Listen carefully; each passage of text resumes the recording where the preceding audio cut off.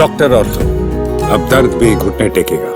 Nashik TCS case FIR में जबरन धर्म परिवर्तन का जिक्र नहीं, ये कहना था निदा खान के वकील का। नमस्कार, मैं कीर्ति भारद्वाज, चैनल 4 न्यूज इंडिया पर एक बार फिर से आप सभी का स्वागत है।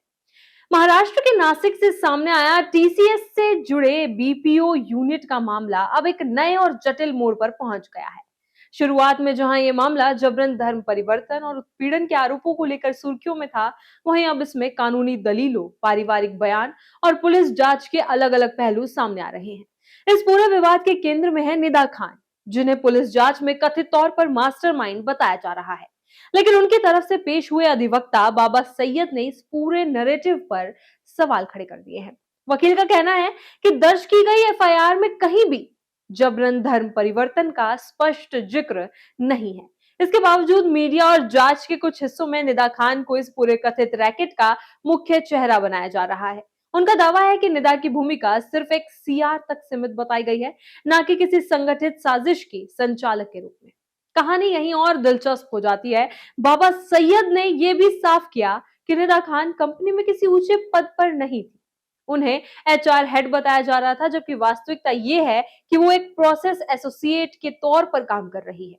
कंपनी के सस्पेंशन लेटर में भी उनका यही पद दर्ज है, यानी जिस पद के आधार पर उन पर प्रभाव और दबाव बनाने के आरोप लगाए जा रहे हैं, वही आधार अब विवाद के घेरे में है।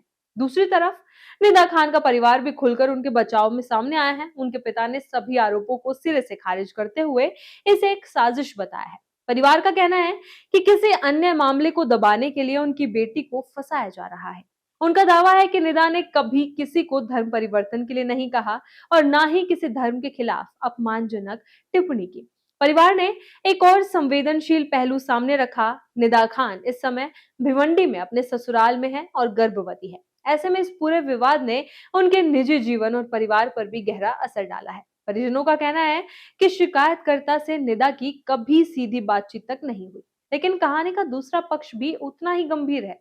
पुलिस के मुताबिक इस बीपीओ यूनिट में लंबे समय से उत्पीड़न से जुड़े आरोप सामने आ रहे थे। अब तक इस मामले में 9 एफआईआर दर्ज हो चुकी हैं, जिनमें एक पुरुष कर्मचारी की शिकायत भी शामिल है। आरोपों में धार्मिक उत्पीड़न, जबरन नॉनवेज खाने का दबाव और विशेष धार्मिक प्रथाओं को अपनाने के लिए मजबूर करने जैसे गंभीर बिंदु शामिल हैं। पुलिस अब तक 8 लोगों को गिरफ्तार कर चुकी है, जिनमें 7 पुरुष और 1 महिला शामिल है। जांच एजेंसियों का दावा है कि कुछ आरोपी कंपनी में ऊंचे पदों पर थे और उन्होंने अपने अधिकारों का दुरुपयोग किया। एक अधिकारी के अनुसार निदा खान पर एक महिला कर्मचारी को शिकायत दर्ज करने से हतोत्साहित करने का भी आरोप है। इसी बीच कंपनी के संचालन को लेकर भी स्थिति स्पष्ट नहीं रही। पहले खबर आई थी कि ऑफिस बंद कर दिया गया है, लेकिन बाद में जानकारी सामने आई कि करीब 60 कर्मचारी ऑफिस पहुंचे और काम सामान्य रूप से जारी रहा। कर्मचारियों को वर्क फ्रॉम होम और ऑफिस दोनों विकल्प दिए गए हैं। सूत्रों की माने तो हाल के वर्षों में इस तरह की शिकायतों में बढ़ोतरी का एक कारण जागरूकता भी है।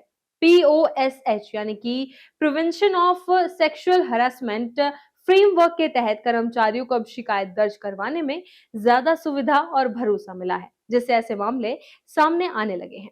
इसी तरह की खबरों के लिए बने रहें चैनल 4 न्यूज इंडिया के साथ। डॉक्टर ऑर्थो, अब दर्द भी घुटने टेकेगा।